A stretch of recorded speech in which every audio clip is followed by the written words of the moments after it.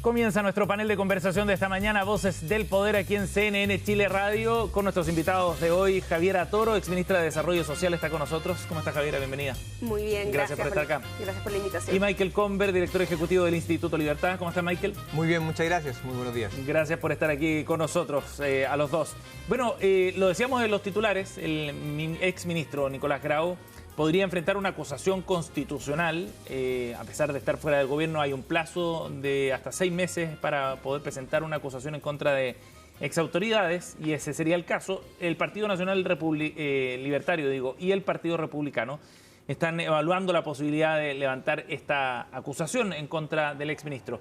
A tu juicio, Michael, ¿hay argumentos suficientes para una acusación constitucional a partir del informe de finanzas públicas de esta semana?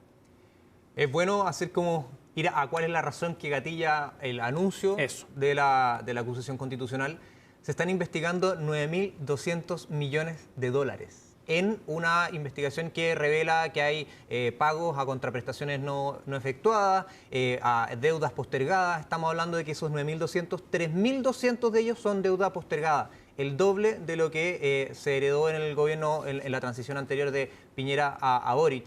Eso estamos hablando de millones de pesos que no se han transferido a pymes que son proveedoras del Estado. Eso es lo que estamos hablando. Entonces, entre la postergación de la deuda, entre pagos efectuados como el que decías en el titular recientemente, los 14.000 millones en Junaep pagados a todavía no se sabe a qué, y una serie de situaciones como aquella levantan una situación gravísima que transparentaron desde Hacienda, y también la subsecretaria de la SECPRES hizo en un informe en televisión, para poder ponerle el cascabel al gato acá. Algo se hizo mal. Y esto ya se transmitió al Poder Judicial. Esto va a tener una investigación, esto se va a transmitir obviamente a todas las instancias que sean pertinentes para investigar qué es lo que pasó. Y ahora, ante eso hay una declaración de acusación constitucional. Sí. Que ahí sí creo que se mezclan las cosas, porque una cosa es el hecho mismo, que es gravísimo, y es lo que hay que recalcar, y lo segundo es la estrategia de una acusación constitucional, además sin la previa coordinación del oficialismo, que me parece una mala estrategia. Además hay muchos matices acá. Desde el punto de vista de la estrategia política, dice. Sí, y además que también para transmitir, porque hay un anhelo, me parece muy pertinente, de los sectores políticos de decirle esto no va a quedar impune. Y a mí me parece que eso es pertinente, es correcto, pero el punto es ¿cuál es el mecanismo que se ocupa? La acusación constitucional es un mecanismo. Acá transmitir los antecedentes al Poder Judicial, al Ministerio Público, me parecería de perogrullo, que es lo que ya se hizo, y continuar con una investigación en esa sede. Pero una acusación constitucional es una acusación en sede política, requiere de votos, requiere de una gestión política, y que anunciarla sin haber hecho previamente el análisis pertinente me parece un tanto un traspié que podría haberse evitado. Entonces, está interesante esas dos dimensiones. Sí. Javiera. Bueno, primero, aprovechando las distintas dimensiones que aborda Michael, yo creo que efectivamente hay que ir. Uno, está el fondo, y aquí el exministro Grau fue bastante claro también en poder clarificar y poder transparentar cómo toda la información siempre fue pública, y una cuestión es tener discrepancias respecto de las proyecciones de la deuda futura, y otra cuestión es señalar que hay un error o hacer especulaciones de que aquí hubiera irregularidades, y eso no ha sido algo que se ha demostrado. Me parece que también el ministro Quirós, con sus declaraciones y la manera en que presenta justamente el informe y la información, contribuye a un tono de la discusión que en ningún caso es el más necesario para las urgencias del país. Y en segundo lugar está cierto el anuncio de la acusación constitucional, que por supuesto es un mecanismo legítimo de fiscalización del Congreso, y en eso los parlamentarios pueden hacer uso de sus herramientas, pero yo creo que no es lo que espera la ciudadanía. O sea, frente a urgencias sociales, frente a las urgencias que se han planteado respecto del costo de la vida, de la seguridad, los impactos que van a tener los recortes que se están realizando por parte del gobierno, uno esperaría que este gobierno esté más concentrado en gobernar y en resolver esas urgencias que en seguir buscando excusas en las acciones del gobierno anterior. Entonces, en ese sentido es difícil de entender y no es muy coherente con el propio discurso del gobierno. Ahora, Javiera, yendo al fundamento de la acusación, no tenemos el texto, por supuesto, todavía, pero a tu juicio, registrar determinados niveles de déficit, por ejemplo, el manejo de las cuentas fiscales del gobierno anterior, o eventualmente haber hecho una proyección distinta sobre cómo iba a evolucionar la deuda hacia el futuro, no amerita una acusación constitucional. O sea, en esto, y nadie ha señalado algo distinto, no habría ninguna irregularidad en la manera en que se han calculado y se han ido también presentando en los distintos informes de finanzas públicas los niveles de déficit y de deuda, porque están, además, como ya fue como latamente explicado, determinados por varios factores. Y por distintos supuestos macroeconómicos. Tiene que ver con el crecimiento, tiene que ver con el tipo de cambio, y por lo tanto se hace esta asociación un poco artificiosa para pretender que aquí hubo irregularidades o errores que no han sido demostrados, sin perjuicio de la disposición que siempre ha habido de conversar si es que hay temas técnicos que revisar, pero no es el caso de lo que se ha planteado. Michael. Esto se da en un contexto de un gobierno pasado que calculó mal. Y calculó mal la proyección de lo que iban a recaudar, erraban en esos cálculos. Entonces, hay ciertos elementos que uno diría algo en Hacienda y Andiprés fallaba porque hubo malos cálculos. Y los malos cálculos finalmente le pegan en el bolsillo a las personas, porque que el Estado calcule mal la recaudación o que en este caso la deuda fiscal esté mal calculada, obviamente nos pega a todos. Entonces esto no es solamente un tema que le interesa a los políticos o a los economistas, es un tema que finalmente nos pega. Entonces, obviamente yo estoy de acuerdo que acá el gobierno, y lo ha dicho, está poniendo el énfasis en el crecimiento, el énfasis en la seguridad, en recuperar un país que avance, pero no es posible con un forado como el que se está tratando de demostrar aquí y que no es solamente un error en la proyección de la deuda por distintos supuestos, sino que un error en el cálculo de las cosas que estaban patentes ya y que no se habrían reflejado de manera regular, como es los traspasos al pago de las pymes, como es también estos pagos sin fundamento en distintas prestaciones. Entonces, no estamos hablando solamente de un mal cálculo, estamos hablando de un mal documento fiscal que finalmente es lo que revela y lo que nos basamos para poder hacer las proyecciones. Pero para hacer una distinción, Michael, porque aquí hay dos cosas. Por ejemplo, lo de Junaev, ¿cierto? Aquí se está presentando una denuncia ante el Ministerio Público que deberá determinar si es que hay delito ahí. Estamos hablando de delito propiamente tal en ese caso, eventualmente. Lo que tiene que ver con los cálculos y estimaciones respecto a cuánto ingresa al fisco, todo eso se hace sobre la base de supuestos que pueden estar correctos o no. De hecho, el déficit fiscal en Chile no solo ocurrió en el gobierno del presidente Boric, venimos como en 10 años de déficit fiscal acumulado, incluso el gobierno del presidente Piñera. Lo que quiero decir es que si ese mal cálculo que se puede hacer amerita una acusación constitucional. Hay algunas cosas, porque si Junaev generó algún contrato ilícito, eso va a caer en autoridad Junaev y no en el ministro Grau. Entonces, eso obviamente hay que separarlo. Pero haber calculado mal los traspasos, la deuda postergada, eso obviamente es un error que recae en Hacienda y Andiprés. Y esas son cosas que obviamente pueden ameritar una investigación y podrían ameritar una acusación constitucional. El punto es, y acá está el perogrullo de las cosas que finalmente son políticas, las acusaciones constitucionales flotan según votos y no solamente según el mérito o no. Entonces, ambas cosas tienen que ser consideradas y yo por eso estoy haciendo un matiz, y yo sé que no es tan popular hacerlo públicamente, que es que estas cosas lamentablemente se ven según mérito y según votos. Sí, claro. Porque es una acusación constitucional. Es distinto cuando estos antecedentes se derivan al Ministerio Público para que esto avance en una investigación judicial. Eso va a seguir su curso. Sí. Entonces, por eso yo digo, hay que separar las cosas y el mensaje tiene que ser de dureza, de transparencia y de que finalmente los que son responsables de las cosas finalmente tengan que pagar por sus irresponsabilidades cuando se comprueben, como decía la exministra. O sea, obviamente acá es cuando esto se compruebe y eso va a tener que avanzar por su propio curso. Eso de acuerdo. Oye, Javier, y desde el punto de vista político, porque es interesante esa otra dimensión también de una acusación constitucional, ¿qué efectos puede tener eso en, por ejemplo, el trabajo que se está haciendo en el Congreso y la relación con la oposición? Bueno, aquí pareciera haber como un discurso un poco contradictorio entre lo que ha señalado el gobierno y las distintas acciones que realizan, porque por un lado, ¿cierto?, le ha puesto el acelerador a la aprobación de esta mega reforma tributaria y una cosa, por ejemplo, que se esperaba para poder discutir esto es que la presentación del informe de finanzas públicas pudiera señalar cuál va a ser el impacto fiscal de eso y cuáles son las proyecciones del gobierno con una reforma que está apurando al Congreso a legislar Y al mismo tiempo escuchamos al ministro Alvarado diciendo que tiene disposición y espacio para el diálogo, que yo espero que sea así. Entonces, pero uno ve señales contradictorias. Entonces, por supuesto que más allá del posible uso de una herramienta constitucional, lo principal, creo, para los chilenos y chilenas es que se pueda discutir sobre el fondo del impacto de las medidas que está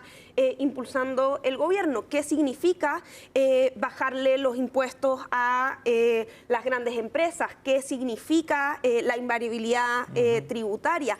¿Qué va a significar el déficit fiscal que va a generar la reforma en términos de eventuales recortes sociales? Me parece que eso es lo que se tiene que estar discutiendo, sobre todo si están apretando el acelerador con esta reforma que va a tener impacto no solo durante este gobierno, sino también en lo siguiente. Y en esa área de la estrategia política, Michael, ¿a tu juicio es un error entonces lo que está haciendo el Partido Nacional Libertario y el Partido Republicano? ¿Le ayuda al gobierno o no? A ver, yo creo que el gobierno ha sido bien claro en decir nuestras prioridades está en aprobar una reforma que le hace bien al país y en avanzar en una estrategia de seguridad y en avanzar en estas cosas que finalmente impactan a las personas. Y no se está metiendo, como es sano que lo haga, porque no son el Congreso, que esta es una estrategia de los parlamentarios. Así lo han dicho al menos y me parece que es razonable que lo hagan así porque ellos son gobierno y están gestionando una serie de acuerdos para poder aprobar una reforma que ojalá tenga aún más acelerador, no en el sentido de discutir a la rápida, sino de que esto tiene que pasar rápido, ojalá se tome muy en serio. Entonces, si una acusación constitucional se come el tiempo de la discusión de proyecto necesario, claro, para mí eso sí sería de todas maneras un error. Ahora, es importante que la clase política dé una señal fuerte de decir estas cosas se van a investigar, cuáles son las consecuencias, cuáles son los procedimientos, y eso se tiene que transparentar. Entonces, el énfasis del ministro también. El énfasis del ministro, y es lo que entendemos quiso hacer el Partido Nacional Libertario y Republicano, pero para mi gusto mezclándose con una discusión que finalmente va a entorpecer probablemente las demás discusiones que tienen que dar. Y esto no es una cosa como de cuidar los acuerdos solamente, es un tema de si evidentemente era necesario que vaya a esa sede la acusación o podría haber seguido por el Ministerio Público, que parecía lo más evidente, en Contraloría y el Ministerio Público. Y es la investigación interna también del Ministerio de Hacienda que se está llevando adelante, la que anunció por lo menos el ministro Quirós. Y son los que tienen los antecedentes, entonces suena razonable que avancen en esa línea. Estamos con Javiera Toro y Michael Comber aquí en Voces del Poder. Nos vamos a ir a una pausa, hacemos el primer corte y volvemos de inmediato. Seguimos con nuestro panel de conversación de esta mañana.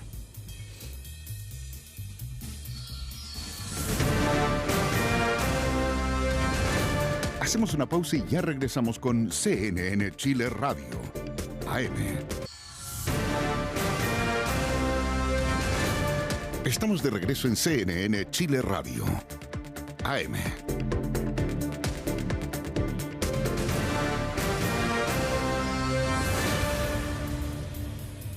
Ya estamos de vuelta, seguimos aquí en Voces del Poder, este espacio de conversación que tenemos cada mañana en nuestro programa aquí en CNN Chile Radio. Javiera Toro y Michael Comber están con nosotros en esta ocasión.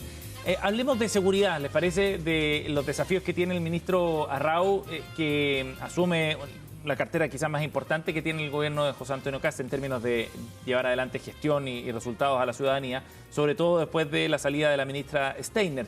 Y me gustaría conocer su visión sobre cómo comienza ese desafío el ministro Arrau cuando hace esta definición, Javiera, sobre el plan de seguridad que dejó el gobierno del presidente Boric. Dice es suficiente, no le van a hacer cambios a ese plan. Lo que ha abierto varias interpretaciones. Me gustaría conocer la tuya primero y qué significa desde el punto de vista del desafío que tiene por delante el ministro Arrau.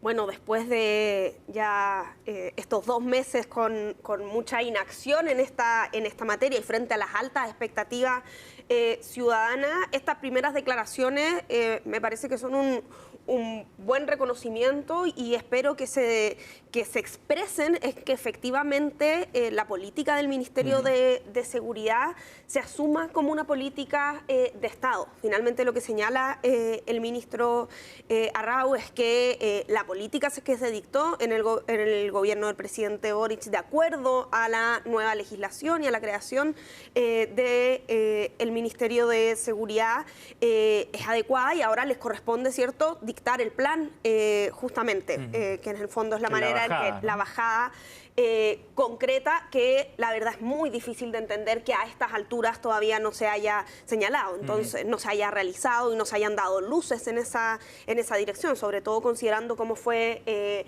la campaña y claro, son declaraciones que parecen bien contradictorias con todo lo que se señaló tanto por el presidente Kast y todo su equipo para llegar ahora, que parece que tenía más eslóganes que planes y acciones concretas. Pero por supuesto me parece que hay que valorar un reconocimiento de que la política de seguridad tiene que ser una política de Estado y espero que eso exprese un giro, porque el Partido Republicano votó en contra del Ministerio de Seguridad, señaló que todo se estaba realizando mal en el gobierno anterior, y a mí me parece que para que los resultados concretos sigan llegando a las personas es necesario reconocer que es una política de Estado, darle continuidad a las cuestiones que se están haciendo bien y concretar en acciones para los desafíos que vienen.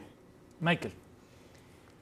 Hay varios flancos en esta pregunta, porque no es solamente enfocada en lo que está haciendo o diciendo el ministro Grau. Hay que recordar que el programa de Gabriel Boric era refundar Carabineros, frase de la cual usted también se hizo cargo y la expresó con mucho entusiasmo partiendo del gobierno de Gabriel Boric. Y ese era el programa de gobierno del gobierno anterior. Entonces después se habla, y acá Camila Vallejo daba un tuit como de que el reconocimiento del ministro Grau habría sido un reconocimiento al programa de Gabriel Boric. Eso no es así. Es un reconocimiento a la labor legislativa que se realizó durante el gobierno de Gabriel Boric, que no fue necesariamente la estrategia de Gabriel Boric en ese sentido, sino que fue una estrategia trabajada entre los sectores de derecha y de izquierda, que llegaron a acuerdos y avanzaron en 70 proyectos de seguridad, proyectos de ley de seguridad aprobados en el gobierno anterior. Y eso es gracias a una colaboración entre ambos sectores políticos, luego de que el gobierno de Gabriel Boric olvidara, yo lo agradezco en ese sentido, olvidara un poco la pretensión refundacional que tenían con Carabineros. Entonces, eso es importante decirlo, porque si no queda la posverdad de que en la frase del ministro Grau habría sido un espaldarazo al expresidente y a su estrategia de seguridad y al programa de seguridad de Gabriel Boric. Y eso no es así, es un reconocimiento a que se han aprobado más de 70 leyes, las cuales hoy día hay que poner a trabajar para que sean aplicadas en el terreno. Y esto es más gestión que gestión del gobierno, del ministerio, más que seguir introduciendo proyectos de ley. Que o sea, puede Michael, ser que tú no lo interpretas como un mensaje de continuidad precisamente de esas políticas que venían del gobierno anterior. Sí, pero no necesariamente, como dijo la exministra Camila Vallejo, no es un reconocimiento al programa de gobierno o al plan de gobierno de Gabriel Boric, que eso es lo que ha tratado de instalar la izquierda, que esto habría sido un hecho, una frase que finalmente genera como un reconocimiento a las ideas con las cuales gobernaron en seguridad a la izquierda. No, esto es un proyecto de Estado que fue consensuado en el Congreso y eso me parece tremendamente positivo, y eso fue trabajado con la derecha y con la izquierda. De hecho, el proyecto Nair Retamal nace desde la derecha, de Chile Vamos, se aprueba junto con la izquierda también, y eso es algo que hay que valorar. Entonces, el ministro Grau lo que está validando acá, que es evidente, es de que hay un plan nacional de seguridad con un montón de leyes que se han ido aprobando en el último tiempo, las cuales hay que poner en ejercicio. Y eso es lo que se está refiriendo el ministro. El ministro es un ministro de acción, por lo que hemos entendido con todo lo que ha transmitido, un ministro que va a gestionar y que probablemente tenga una agenda legislativa, pero lo que está diciendo con esa frase, que es bastante evidente, es de hoy ya hay un montón de cosas que están aprobadas y hay que empezar a hacer los reglamentos, empezar a gestionar, empezar a desplegar y empezar a crear un ministerio que es relativamente nuevo. Javiera.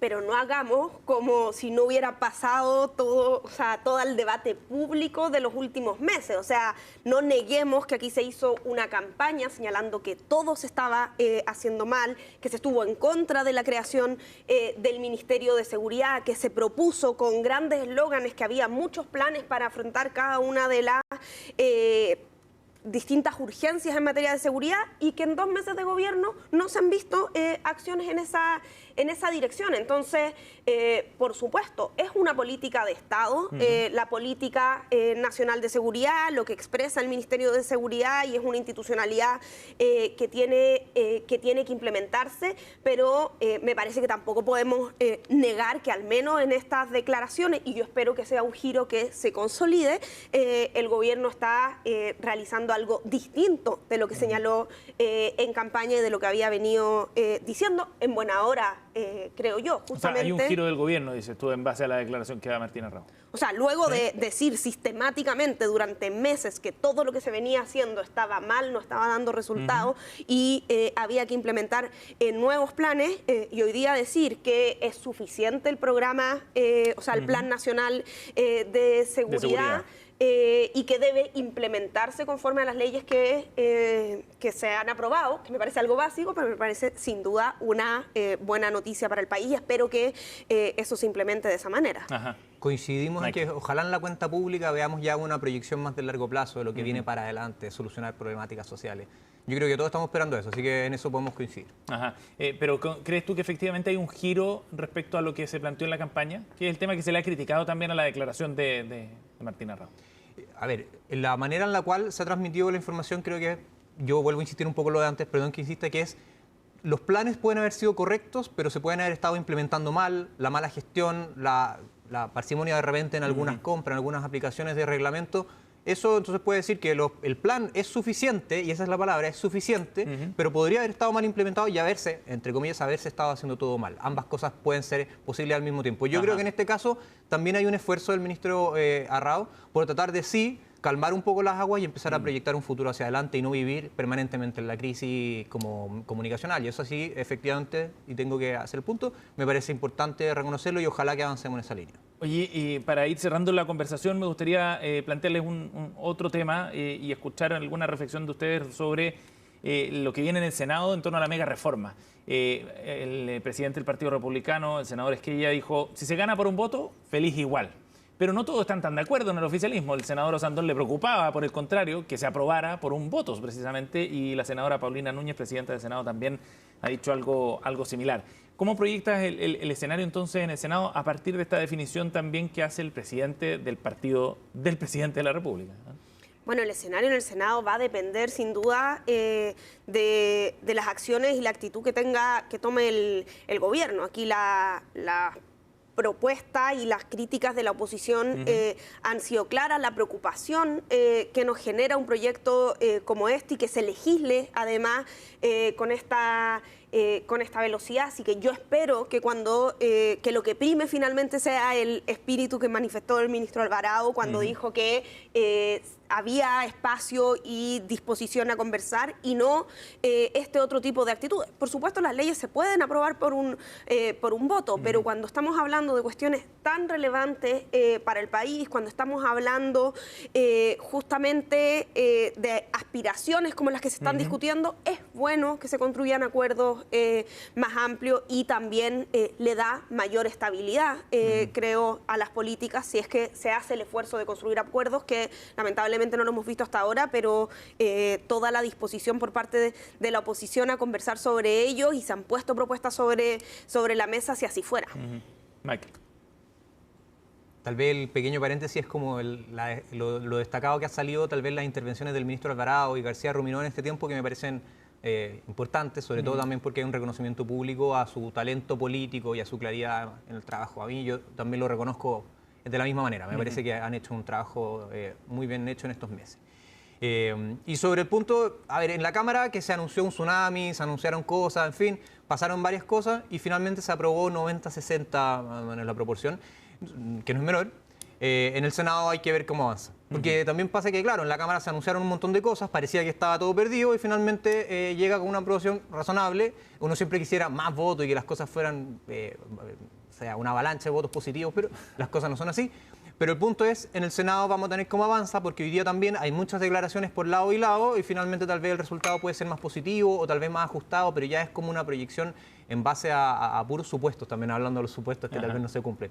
Entonces, en ese sentido, la Cámara ya salió bastante bien, vamos a ver cómo va a salir en el Senado y esperemos que obviamente salga con más votos, todos esperamos eso. Pero entiendo también al senador Esquella cuando dice que, bueno, si es que están las cosas y solamente se va a aprobar por un voto, bueno, tendrá que ser nomás. Es una realidad nomás. Eso es lo que asume el senador también. Michael Comber y Javiera Toro con nosotros aquí en Voces del Poder. Gracias, Javiera, por haber venido. Gracias, Michael. Gracias por estar con nosotros. Buen día. Nos vamos a la pausa. 10 de la mañana con 7 minutos. La temperatura de 13,3 grados en Santiago. Se espera una máxima de 17, quizás algo más alta por lo rápido que ha subido la temperatura esta mañana. Nos vamos al corte y ya seguimos con más.